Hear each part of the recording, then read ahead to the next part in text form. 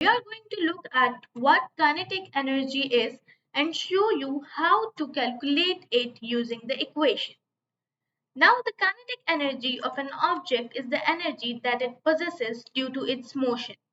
So anything that's moving has kinetic energy, whether it's a plane or a particle. How much energy an object has, though, depends on two things: its speed and its mass. For speed, the faster an object is moving, the more kinetic energy it will have, which kind of makes sense because if you think about any fast moving object, it must have a lot of energy transferred to it in order to speed it up, and that energy is stored in kinetic energy. So fast objects have lots of kinetic energy. Meanwhile, for mass, as long as everything is keep equal, for example, the object have the same speed, then the more mass the object has, the more kinetic energy. So, if your particle weight 0.1 gram but the plane weight 20 tons and both of them were traveling at 900 meters per second, the plane would have much more kinetic energy because it has much larger mass, but the speeds are equal, or you can say same.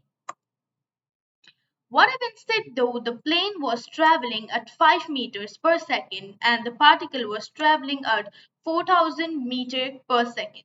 In order to find out which object had the most kinetic energy this time, we would have to use the equation, which states that EQ equal to 1 half mv square. If you are not familiar with the equation, the E stands for energy, and this little k means its kinetic energy, and m is the mass which we measure in kilos, and v is the velocity for the sake of this question. So, as with question, once we have our equation, the next step is to make sure all of our value are in a correct unit.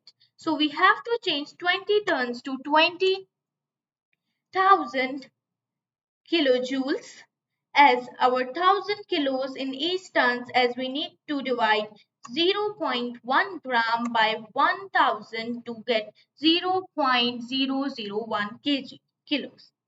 Now we are ready to put and plug these values in our equations. For the plane, we do 1 half or 0.5 times its mass of 2000 kilos, 20,000 kilos times its speed of square 5.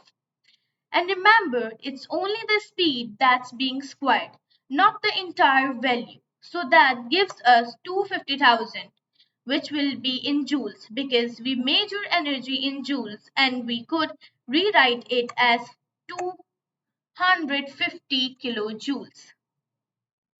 As the k just means 1000, meanwhile for the particle we do 0.5 times into 0.001 times 4000 square, which gives us 800 joules, or you can say 0.8 kilojoules. Hope so you enjoyed. See you in the next class.